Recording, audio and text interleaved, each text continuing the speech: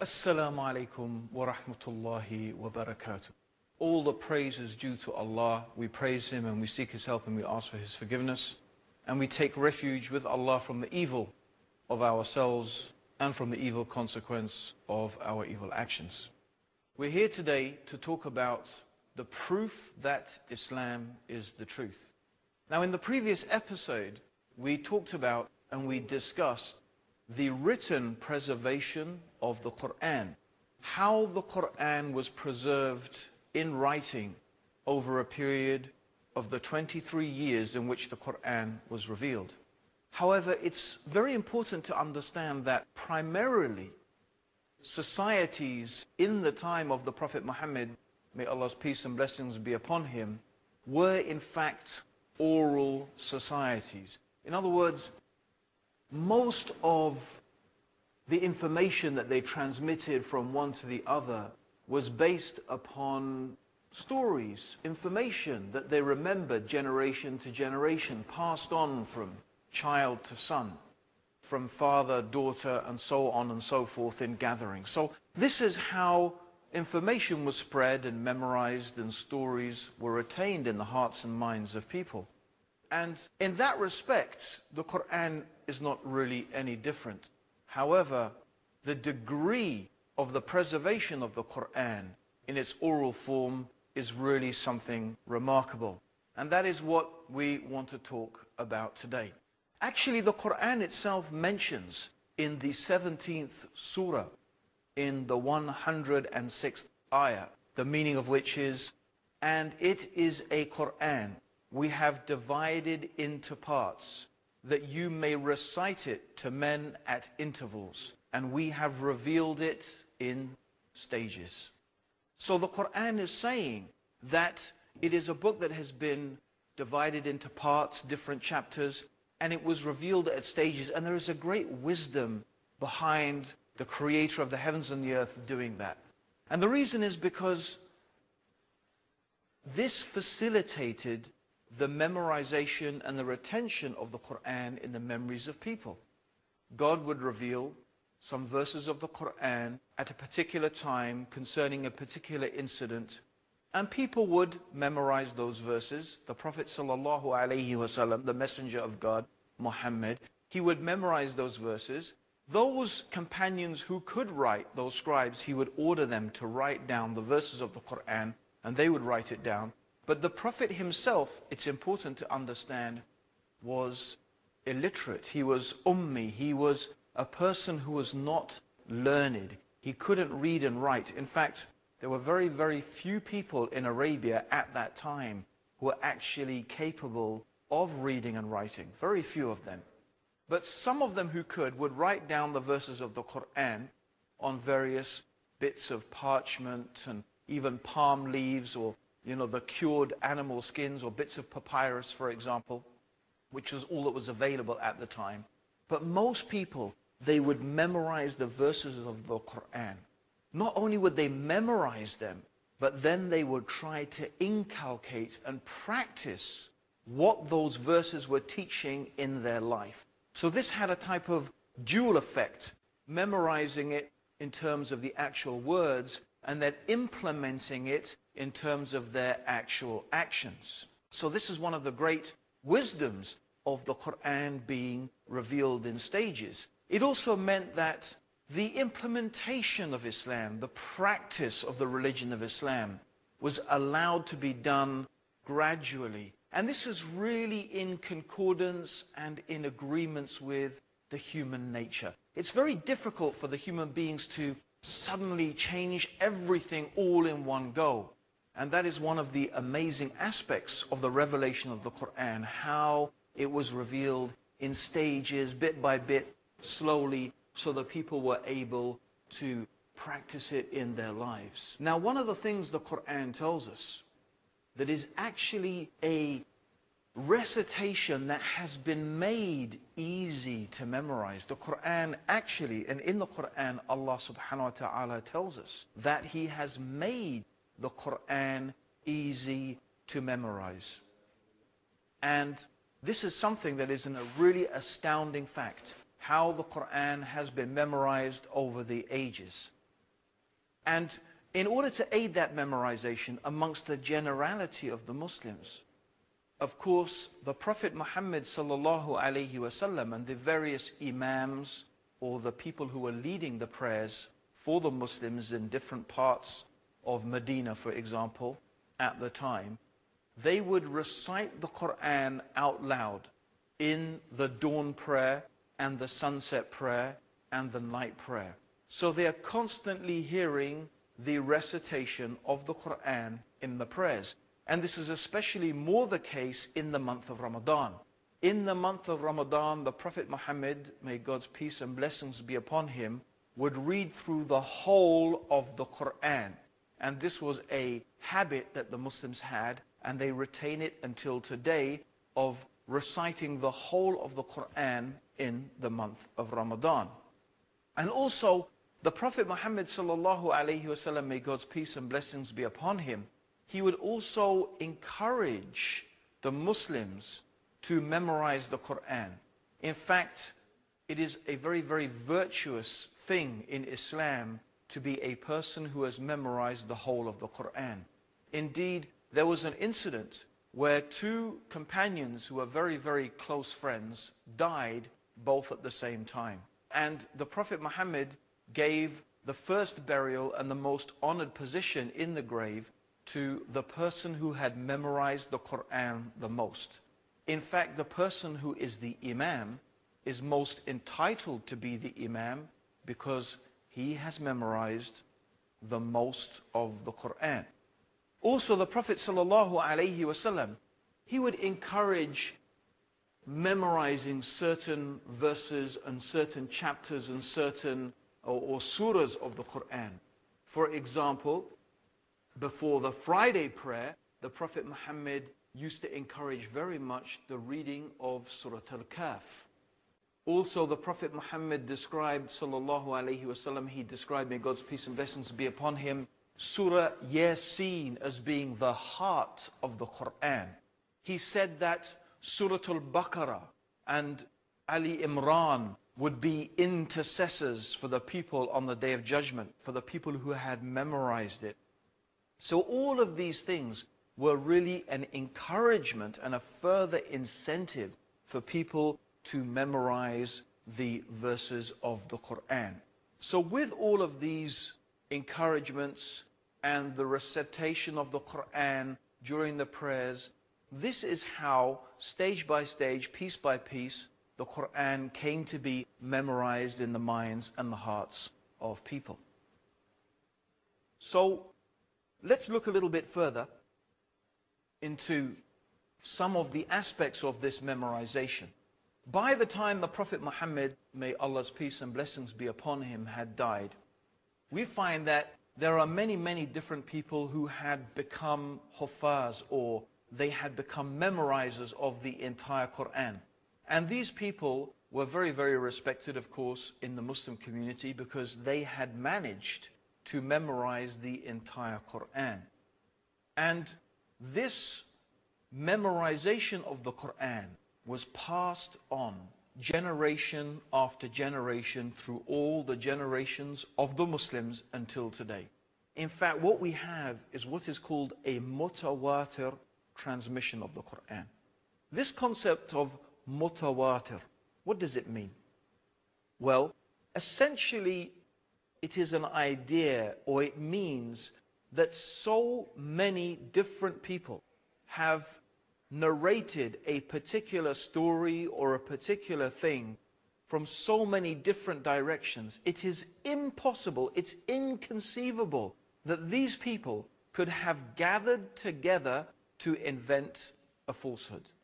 In other words, imagine you have 1,000 people. These 1,000 people, each of them are teaching another 1,000 people. And each of those 1,000 people teach another 100 people. Can you imagine how many hundreds of thousands of people that constitutes?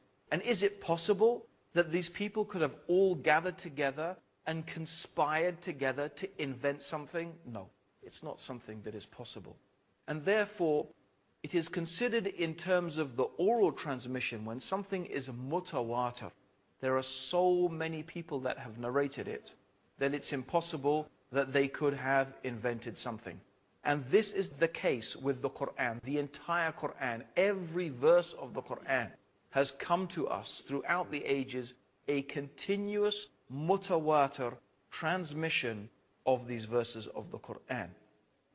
Also, when someone wants to become an expert, a hafiz of the Quran, that they will also have to sit with a teacher and they will have to learn the Quran in a special way. And we're going to discover a little bit more about this and this very important chain of teachers of the Quran all the way back to the Prophet Muhammad after the break. So don't go away. Join us after the break to discover more about the amazing Quran and its oral transmission throughout the ages. Assalamu alaikum. Assalamu alaikum, everybody. Welcome back to the Proof That Islam is the Truth. And we're talking today about the oral transmission of the Quran, how the Quran was preserved in the minds and the hearts of the Muslims over the many generations. And we talked about the mutawatir, the transmission of the Quran, how the Quran was passed on generation after generation through countless thousands of Muslims who have memorized the entire Quran. But it's not only about memorizing the Quran. There is a science of tajweed. Tajweed is the exact and precise pronunciation of all the letters and all the words in the Quran. And it is something that in order to know it, you have to study it under a teacher. And traditionally, these teachers who have specialized in the tajweed and the recitation and the memorization of the Quran have acquired students. Students have studied with them for maybe 3 to 6 years. And after maybe, it could be anything from 3 to 6 years, when a student has really reached proficiency in this particular field, then that scholar will give them what is called tazkiyah. It means they will give them a type of written approval to recite and to transmit the recitation of the Quran. And he only does this after very, very thoroughly checking that this person can recite the Quran precisely and concisely with the correct accent and with the correct elongation of certain sounds. So it's a science, really. And so this also further ensures that in no way, shape or form is the Quran allowed to be distorted and corrupted. Another thing that's very important to realize is that Arabic is a living language. It's a living language. People still speak Arabic today. And people who speak Arabic, they can pick up the Quran, they can pick it up, and they can read it, and they can understand it.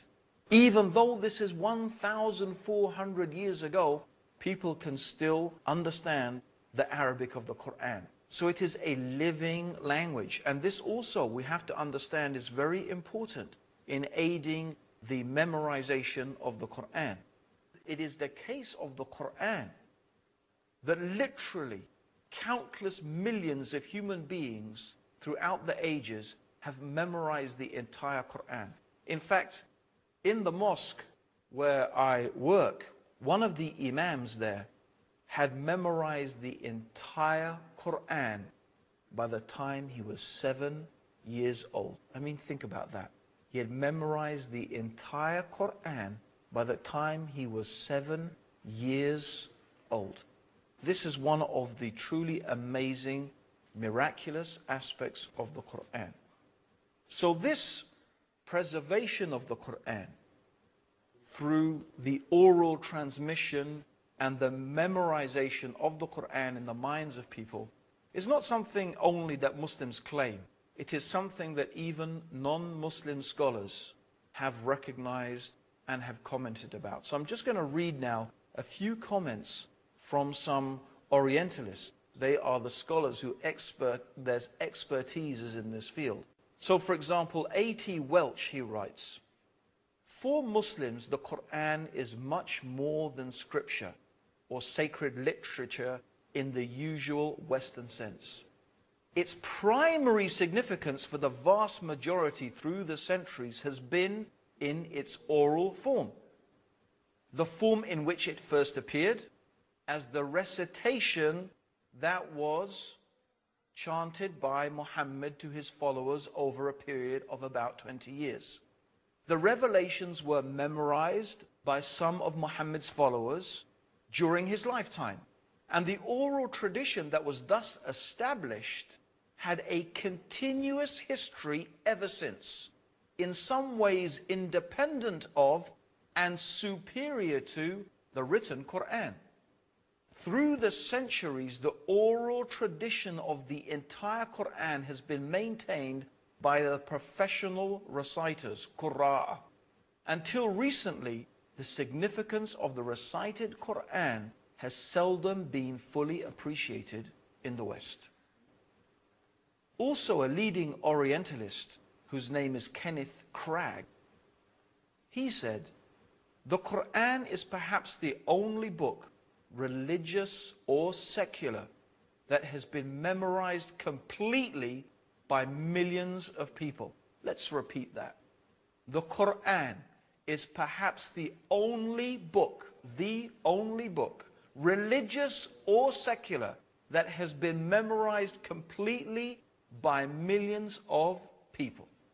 And he goes on to say, this phenomenon of the Quranic recital means the text has traversed the centuries in an unbroken line of living sequence of devotion. It cannot therefore be handled as an antiquarian thing, nor a historical document of the distant past. The fact of hifz, meaning Quranic memorization, has made the Quran a present possession through all the lapse of Muslim time and given it a human currency in every generation, never allowing its relegation to bare authority and reference alone. This is a very deep and important statement, because it it further reinforces that the Quran is not merely a reference work, it's not merely a text.